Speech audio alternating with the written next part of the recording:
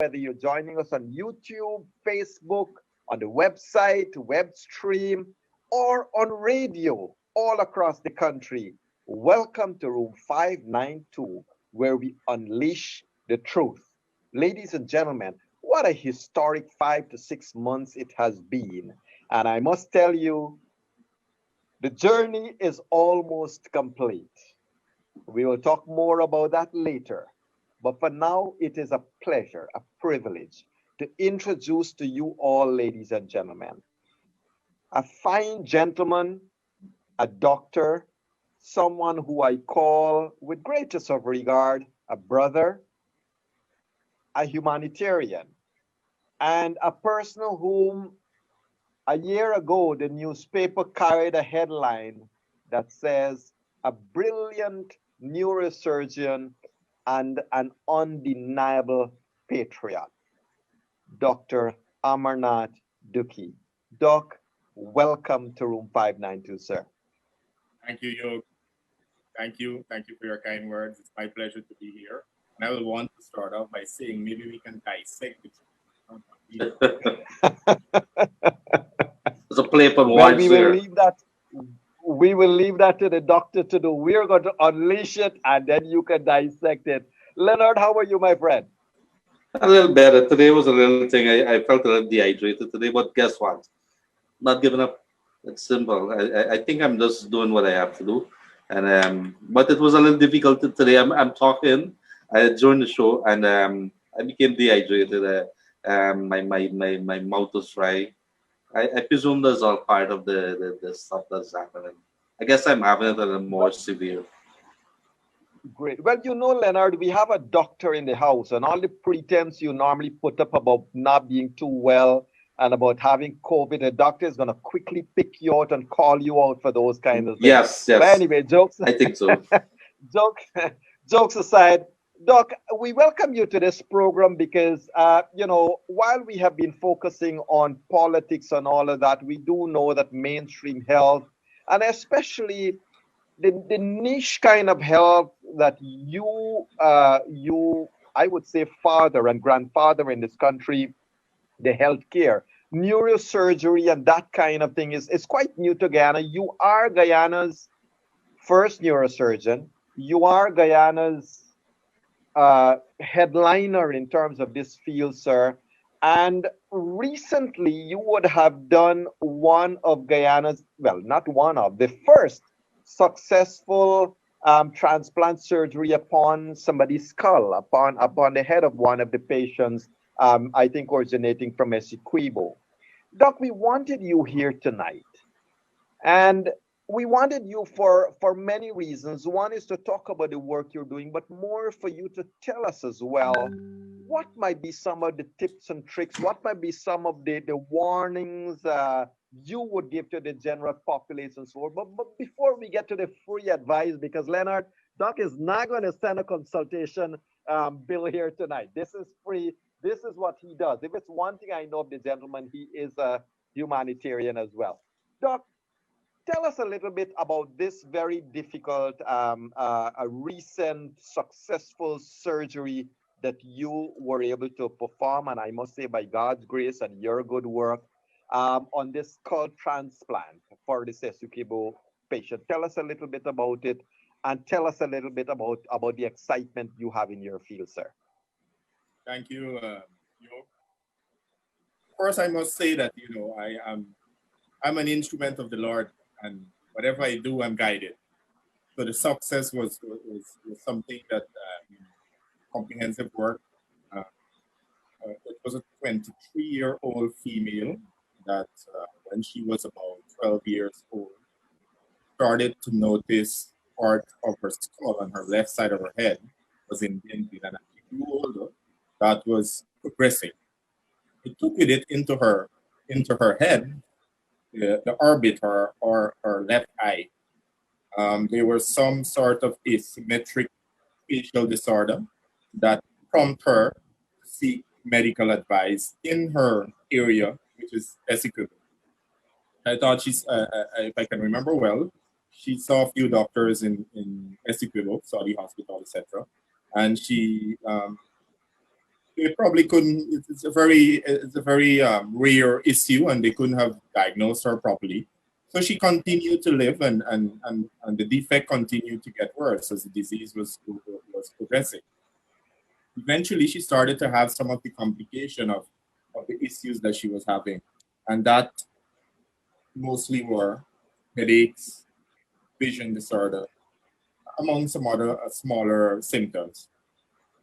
Eventually, she came to Georgetown, and she saw one of our neurologists at the one neurologist which we have at Georgetown Public Hospital Corporation, and she had some scans done, etc. And still, there were some difficulty in diagnosing what was happening to this guy. She was treated eventually for the headache, which didn't subside it. And I know she has a cousin who's a doctor with us at the Georgetown Public Hospital Corporation. Eventually, they came to see me, and I think that was last June. And, after examining her, look at her scans and so on, I was able to tell her, listen, this is one of the it's a bone disorder. It's called craniofacial dysplasia, and eventually had some other studies done and so on. So we were able to diagnose it as a craniofacial fibrous dysplasia.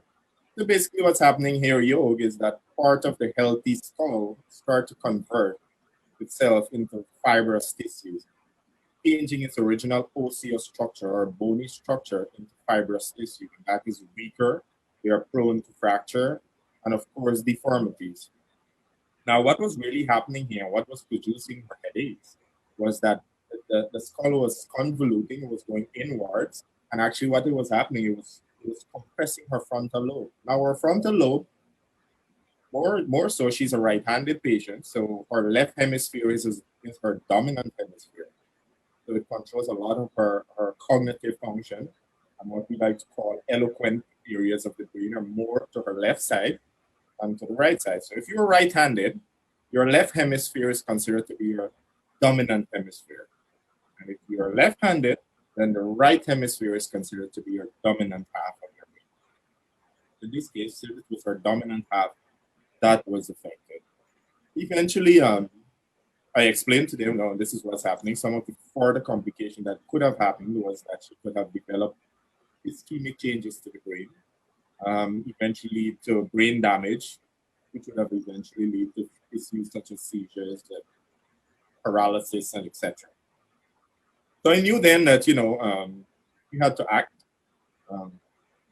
Previously, imagine if we were talking about, I realized that like 40% of her skull was sick. It was going nowhere. That's part of her disease. And then there were no other way, because that part of her skull had to be removed surgically. And what are you going to do with this patient if it's removed surgically? There's nothing to have an implant done. So there is the company that's called Neurospine Services Inc. It's specialized. It's a company that is specialized in brain and spinal care. I would like to say advanced brain and spinal care in there. And over the last couple of months, we were able to do brain aneurysms, skull transplant, etc. And one of the things that is on our timetable is an awake brain surgery, maybe the first in the English-speaking field. So going back to the 23-year-old patient's issue, is that after I looked at her, I realized that we have to have a synthetic skull or something to put back in that place. So through Neurospine Services, we started to make contact with our international partners, with our Vision Medical Limited, and KLS Martin out of the US, which in this case I chose KLS Martin because they have a good repertoire of implant construction and so on around the world. And after initial contact, we asked for a 3D reconstruction of this patient's body. So of course we have MRI and then we have CT scans in Guyana. So I did a CT scan and I reconstructed it 3-dimensionally. And that was sent all the way to the US, by, of course, everything in the virtual world of the COVID pandemic. We used our digital technology and we were able to send that to KLS Martin. Now you would know that the left side of you're taking 40% out of someone's head. There's a lot of curves and grooves around here, and then the face, then it was affecting our eyes, and the orbit was going backwards. So there's a lot of work. And constructing an implant without actually seeing someone's head and actually to physically examine them can be something very, very difficult and tedious. So I know of KLS Martin and the work they would have done, and I was very confident in them producing an implant for this patient. So went ahead with that. We had all the final details and checked her skull measure, the 3-dimensional. We sent it up to KLS Martin. So we're talking like I first saw this patient in June, and we were able to see that as a very efficient response. If this could not have been done in the end, then this is a patient who had to be sent. And this is one of the things that I think that we have to do in our healthcare purposes. We have to move forward. Doc, you might wanna talk a little closer to your mic. Your mic seems to be going off. Sorry. Yeah. So these are some of the things that we have to do for Guyana and our health sector. We have to find eyes in our health sector. We have to give our people specialized health care. This country no longer have to send our patients. Correct. No way. We're in the 21st century. I think we're going to have the process sooner than later. Be able to come to build infrastructural capability. And I have no doubts about our human resource capacity. We have seen it. Our doctors are excellent. We are lacking in our infrastructural capacity. And if we have our infrastructural capacity, then we can have these type of services for people. Our idea is to be world-class health services for people. We should no longer for what we are accustomed and suffering because we require quality and specialization. So one of the things, Doc, that is very interesting, I must say. And when I'm looking at some of our online viewers and their comments, a lot of persons are really seeing and wishing you, heaps and loads of success and love. A lot of love flowing, genuine love, genuine care. And people are praying that may your hands always continue to, like Mr. Hawker has prayed that may your hands always continue to be blessed by Almighty Allah, and so forth. So Doc, you are doing a fantastic job. Now, Leonard, unfortunately, seems like I will have to go and ensure Doc gets good internet, because he is doing a good job, but without the correct internet connection. But blame it on GT&T, because really what I wanted to ask the good doctor, and Doc, we're proud of you, is really which part of or which side of the head, is it the back part that the politicians are being controlled by? And that's a stupid joke. But I want to ask you, in terms of our capacity in Guyana here, where does Guyana stand in terms of this capacity that we've been able to build now compared to the rest of the Caribbean? How are we doing? So as I mentioned, I think in terms of human resource capacity, we are right up there with the rest of the Caribbean. We are right up there in terms of our doctors, our specialized care. Now, and we have a full-time cardiologist, cardiothoracic surgeon. We have a visiting we have a thoracic surgeon. We have a visiting cardiothoracic surgeon. We have transplant being done, kidney transplant. We have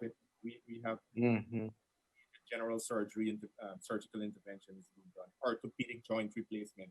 In terms of human resource capacity, we are right there with the rest of the Caribbean. I'll go so far to say the rest of the world in terms of our doctors.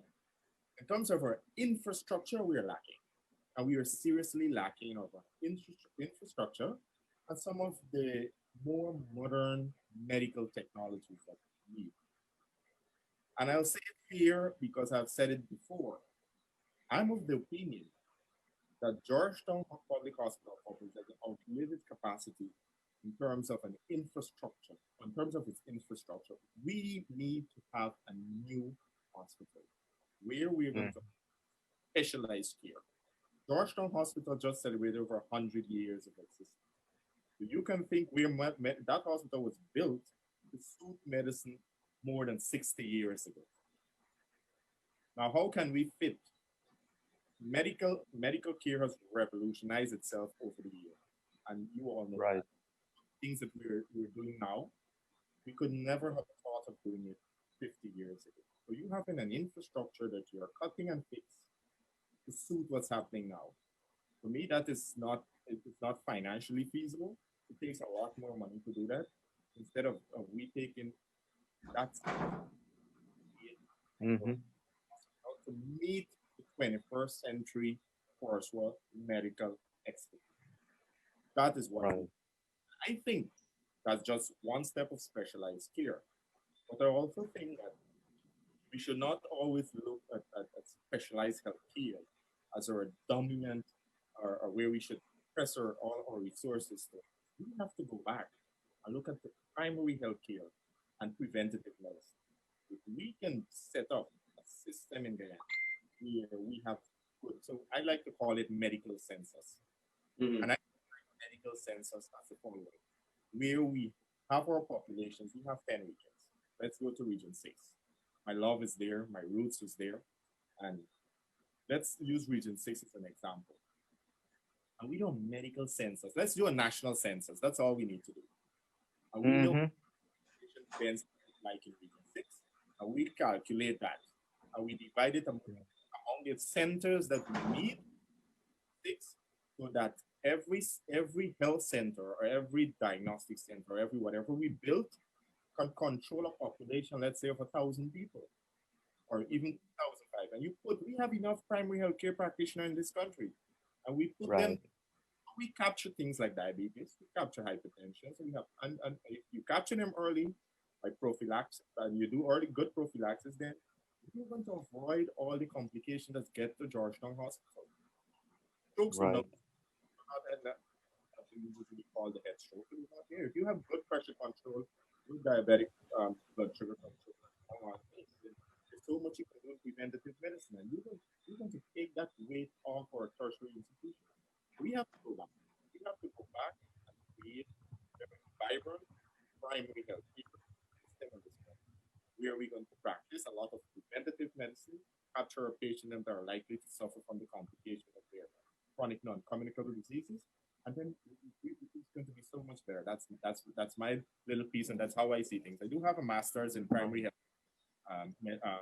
family medicine, and primary health care.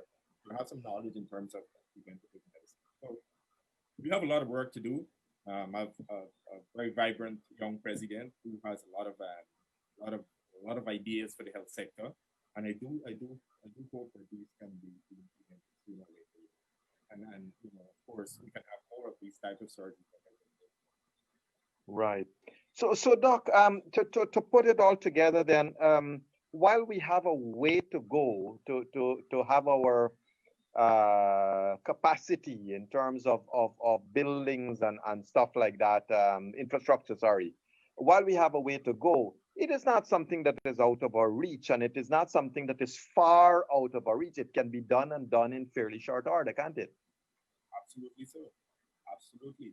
Um, one thing is the financial resources to build these things, and of course, we have to have some foreign input in terms of our biomedical. I think we are lacking a bit in our biomedical engineering. So, of course, we can have Mm-hmm. hospital development specialists, and we have to have these people in place. We have resources here that will tell you how to fit an operation room, what it needs, what it doesn't need. But the structural aspect of it, I think we're lacking a biomedical aspect of it. So, yes, as long as the willpower of our government and our people and our health sector is there, definitely, I think in short order, policies can be put in place and we can work towards developing one, a specialized hospital, and two, or I will Mm-hmm. first that I will say a vibrant primary healthcare system to do a lot of preventative medicine and our specialized hospital. Some of the And special Great. And if I may ask Doc Sure. to just come forward a little. And Doc, I want to ask you, I think because people were asking, how cheap is something like this? Who's going to pay for the bill when we have to do operations like this? And this is me, the layman, not talking to two doctors here, but the layman talking about some poor people who may be afflicted and may have to come for some help? Who's going to pay for it, and how cheap are operations like this? Leonard, that's a very, very good question. And I personally have been faced with that on multiple occasions. You would know that brain surgery is not cheap. It takes a lot of resources. And of course, most of these major issues cannot be done in the public health sector. Cannot be done. And the policy is that if it cannot be done in the public health sector, what usually happens is that you send these people overseas. We're in COVID time. No country is accepting anyone. What are we going to do with our people? Right. Of course. I've tried Of to course. procedures to Ghana. Hence why Neurospine Services Inc. was created with its international partner with our sister company in Trinidad and Tobago, is Vision Medical Limited, and of course multiple. Mm. Actually, Neurospine Services is still distributed to PLS market, which are international recognized brands for medical products. So back to Leonard's question is that I've always promoted that we need to have a national health plan for our people. We should have that, where everyone, a system where you should contribute something. And if the patient cannot contribute it, our constitution says, and I know that, they say healthcare is free for everyone. That's what we should do. Mm-hmm. Some plan in place, and I know it has been spoken about previously that it should be a private public health partnership, meaning that there should be some government assistance to especially poor patients who needs to have these procedures done. Of course, there's a lot of patients that cannot afford to have some of these surgeries, and I personally have to assist in multiple occasions, waiving fees, having people to assist, asking the private hospital where it can be done, Neurospine donating things to have the surgery done. So yes, but there's so much we can do from our standpoint, and we need. And I do foresee, based on my recent conversation with those in government, that we are going to work on something where the government will be able to help, a health fund, and then you have a board that Mm-hmm. each case as they comes in, and we look at their socioeconomic background, and then we are able to tell them, listen, the board will be able to tell after reviewing these cases that, listen, this is someone the government needs to assist, because we don't want people to abuse the system. So yes, that may be one of the answers to your question. Of course, I'm always Great. that free healthcare is difficult at any government. Right. Sustainable Right. healthcare. Especially when it gets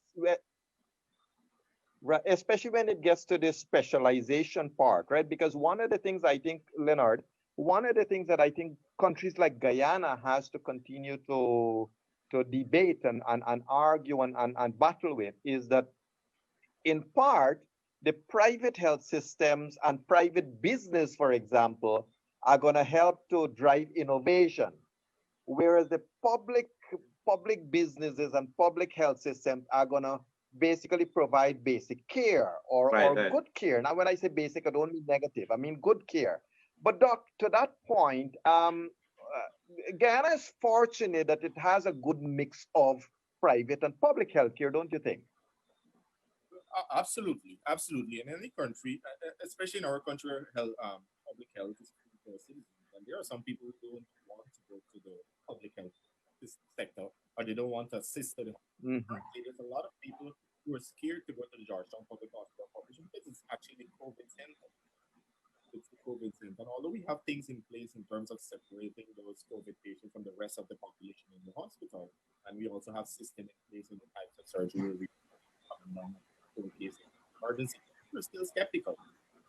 They're still scared. Yeah, correct. So, And I like your point about the health fund, and it is something that I think, Leonard, from our perspective here in this program, we certainly endorse it. Is one of the way to go, and for Guyana to really provide. I mean, look, why does Guyana have a public health system? It's because of the poverty levels, because of the levels of income of people, Mm. and people's ability to pay for services. And so, I certainly applaud that, Doc. And I know we did promise you 30 minutes tonight, and we are at that time when we cannot, Leonard, before the bill comes to you, and I'm joking again, But we cannot exploit on Doc's time. We certainly look forward to continuing this discussion at some other platform, some other time. But Doc, it's been a pleasure. I would just want to spend 2 minutes, if you don't mind, sir.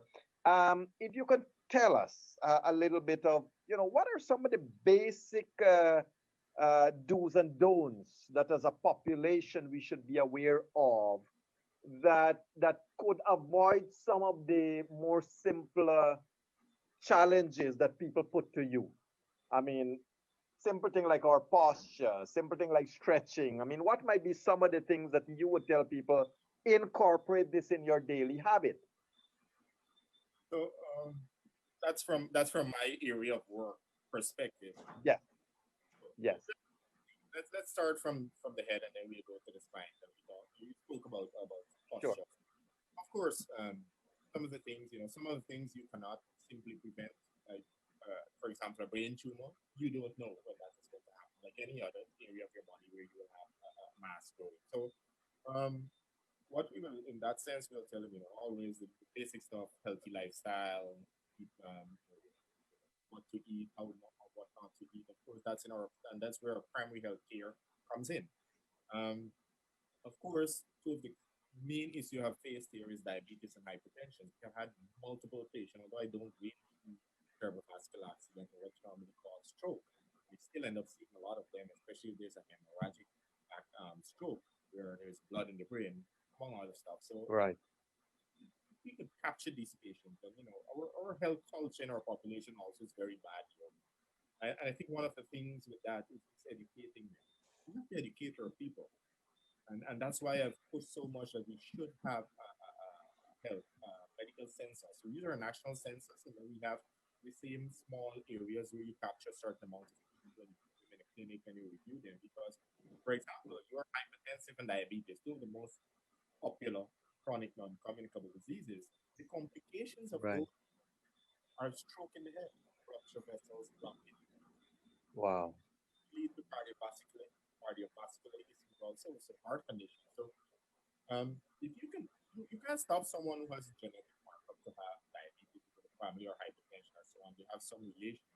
Then eventually, well, you can let them know about good lifestyle changes, what to eat, exercise, etc. And if you can maintain a good blood sugar level, a good blood pressure during the time of your disease, then you're highly unlikely to have suffered the consequences or the complication of not having that control.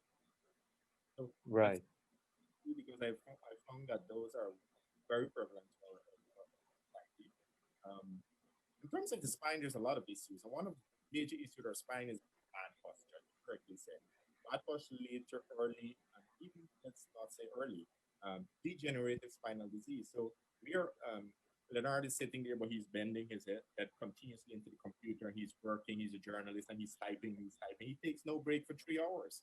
So the curve in your neck, bad posture, you sit, you're not sitting upright in your chair, you're looking on toes, you lift weight without bending your knees, you put the pressure on your back. So good posture, good lifestyle again, etc.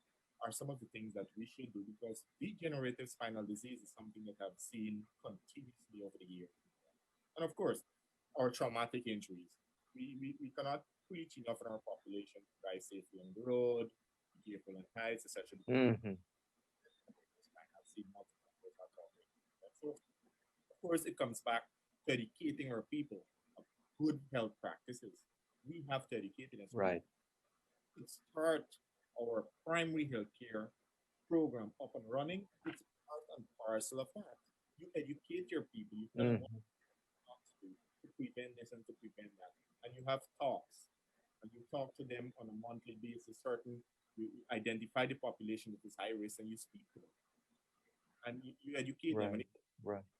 And they'll know better and they more than likely are going to do better. Now, as it is, we don't know better. Most of our population our health culture Mhm. is that when we get sick, we go to the hospital. Correct, correct. Well, Doc, thank it you is. so very much for that. We thank you so very much. It has been an interesting 30 minutes, 30 odd minutes that we have spent here, and we do appreciate you taking the time. We also know how very busy you are. and could imagine the discipline you have to put in your own life to manage all the calls and all the stress and everything else.